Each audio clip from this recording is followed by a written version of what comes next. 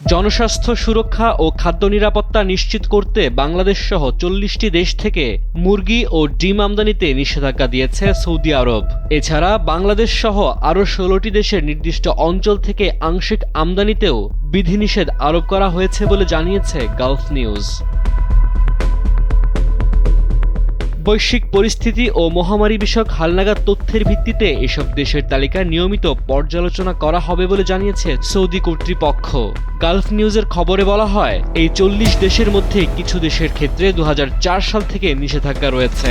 ঝুঁকি মূল্যায়ন ও আন্তর্জাতিক প্রতিবেদনের ভিত্তিতে আরও কিছু দেশকে এই তালিকায় আনা হয়েছে। বিশেষ করে উচ্চমাত্রায় ব্লাড ফ্লুর প্রাদুর্ভাবকে গুরুত্ব দেওয়া হয়েছে। তবে অনুমোদিত স্বাস্থ্য ও নিরাপত্তা মানদণ্ড পূরণ সাপেক্ষে প্রক্রিয়াজাত করা মুরগির মাংস ও সংশ্লিষ্ট পণ্যের ক্ষেত্রে এই সাময়িক নিষেধাজ্ঞা প্রযোজ্য নয়।